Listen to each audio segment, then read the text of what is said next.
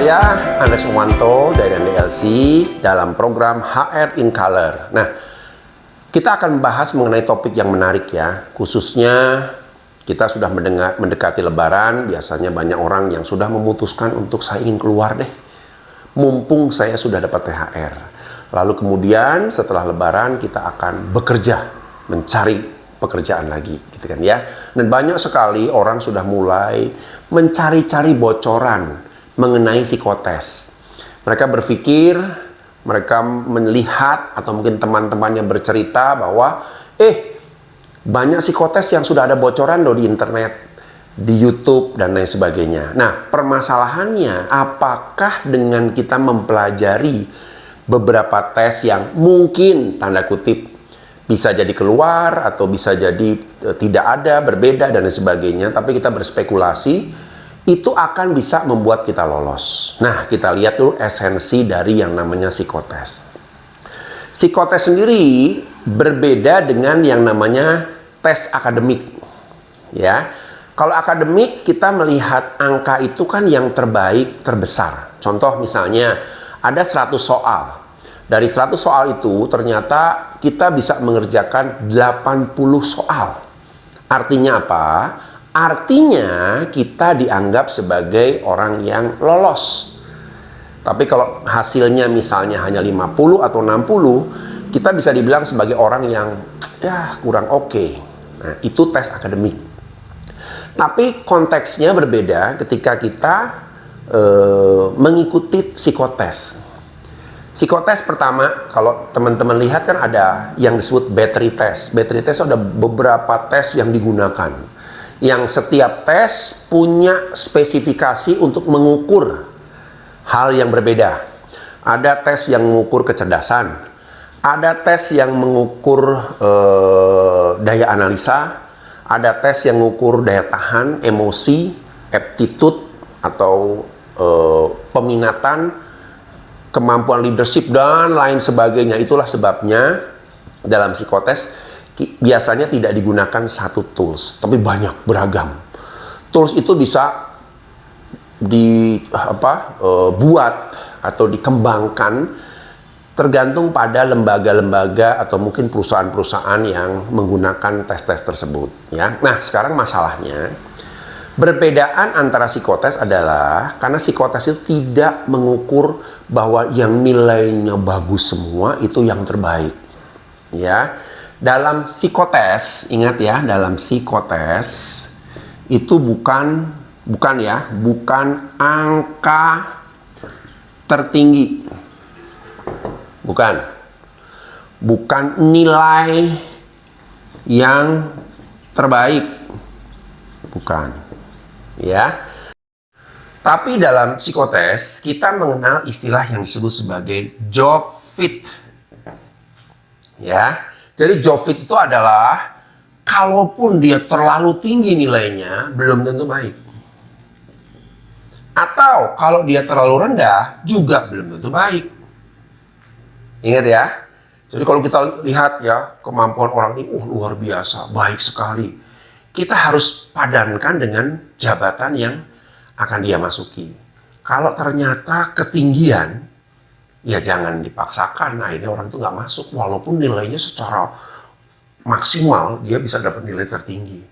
Demikian juga yang terendah. Ya, tapi kalau terendah kan biasanya memang sudah pasti tidak lolos gitu kan ya. Tapi yang dicari adalah job fit atau orang yang di tengah sini. Pas dengan jabatannya, cocok dengan jabatannya. Nah, hal inilah yang membuat seringkali orang yang ikuti psikotes frustrasi. Kenapa ya saya sudah ikut psikotes kok gagal? Hati-hati.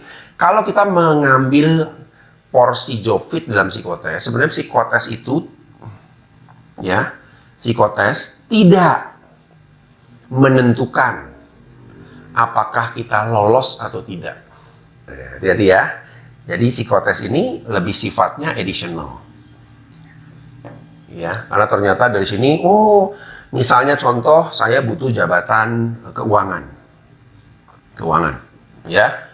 Nilai akademiknya bagus, tinggi, ya. Lalu nilai-nilai misalnya kemampuan kecerdasannya tinggi, ya. Tapi Kita lihat di sini orangnya tidak detail, tidak teliti. Nah, akibatnya apa? Walaupun nilai dia tinggi, tapi karena dia tidak detail dan tidak teliti, akhirnya dia tidak lolos. Nah, hal-hal seperti inilah yang membuat kenapa kalau teman-teman juga belajar mati-matian psikotes, lihat di YouTube banyak sekali alat tes ya, yang mungkin ada beberapa yang cocok, tapi tidak menjamin juga teman-teman akan masuk. Karena problemnya lebih kompleks dibanding tes kecerdasan atau tes akademik seperti biasa. Ya, jadi hati-hati teman-teman, ada kunci bagaimana kita bisa lolos psikotes, ternyata tidak dengan belajar seperti ini. Gimana caranya? Kita lihat.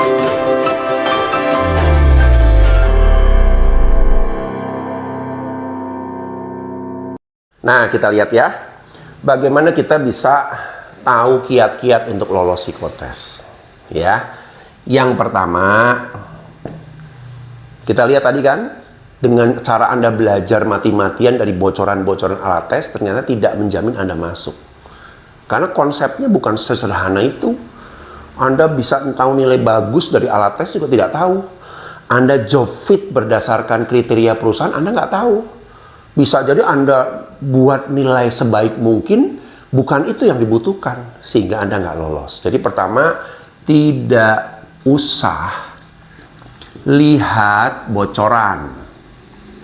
Ya, karena gara-gara kita belajar bocoran, pikiran kita terdistraksi, sehingga kita mencoba untuk mensimulasi, memanipulasi, merubah hasilnya supaya seakan-akan jadi kelihatan bagus, tapi akan terlihat oleh psikolog yang ahli bahwa orang ini merekayasa, orang ini tidak tampil apa adanya. Ya, jadi kunci kedua adalah tampilkan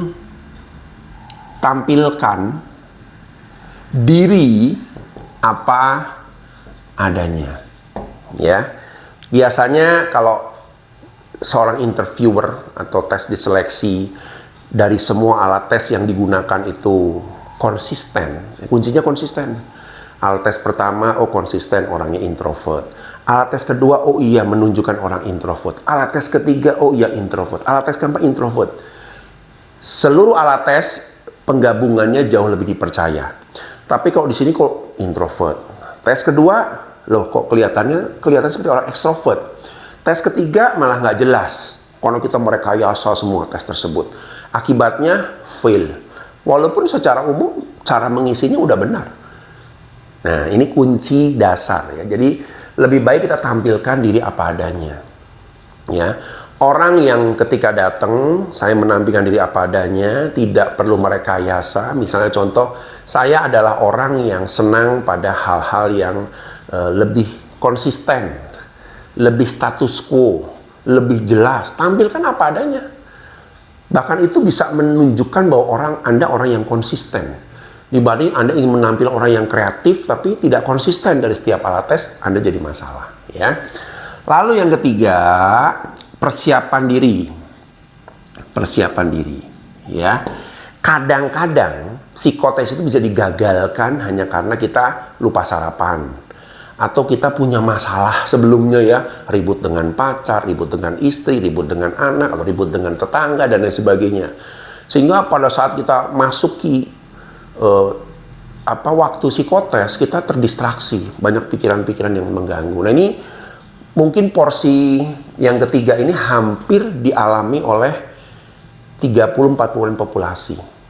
Ya, biasanya muncul dari interview, mereka bilang, Pak, mohon maaf nih, saya kayaknya kurang konsentrasi karena sedang ada masalah pribadi dan lain sebagainya. Akibatnya ini menjadi masalah. Dan yang keempat,